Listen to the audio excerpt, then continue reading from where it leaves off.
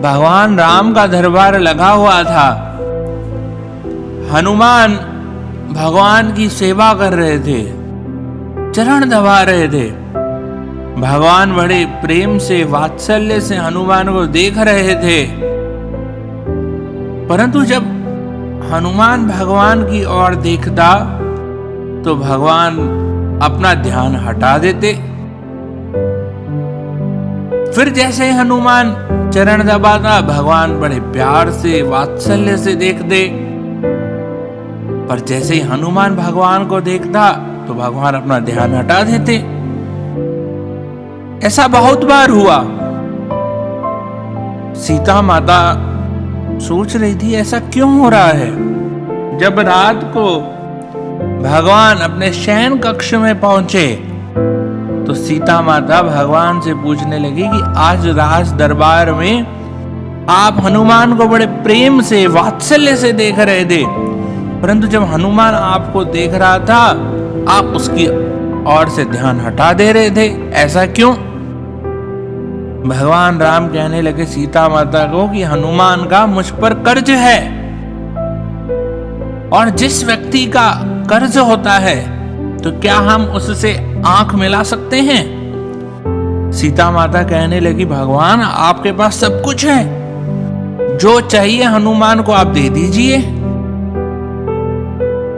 भगवान राम कहने लगे कि हनुमान का जो कर्ज है वह किसी भौतिक पदार्थ से, सांसारिक पदार्थ से पूरा नहीं किया जा सकता है, इसलिए समझ नहीं आ रहा है कि उसका कर्ज कैसे पूरा करूं।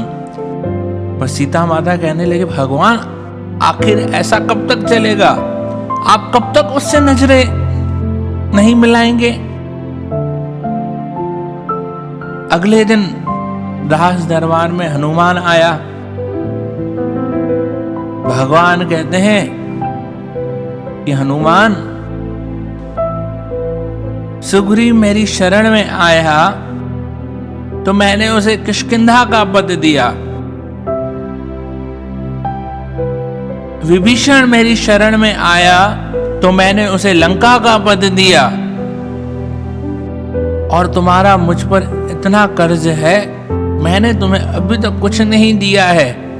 मैं अपने हाथ ऊपर करता हूं, मैं तुम्हें कुछ नहीं दे सकता। हनुमान कहने लगा भगवान से भगवान आप ऐसा क्यों सोचते हैं। आपने सुग्रीव को किष्किंधा का एक पद दिया है, विभीषण को लंका का एक पद दिया है। अरे भगवान मैं तो बड़ा भाग्यशाली हूं, आपने उन दोनों को एक एक पद दिए हैं, मुझे तो यहाँ पर साक्षात आपके दो दो पद, दो दो चरण मिले हैं, दो दो चरणों की सेवा मिली है। इससे बढ़कर और क्या हो सकता है। इसलिए संतों महापुरुषों से, परमात्मा से कुछ मांगे तो बस इतना ही मांगे कि हे परमात्मा,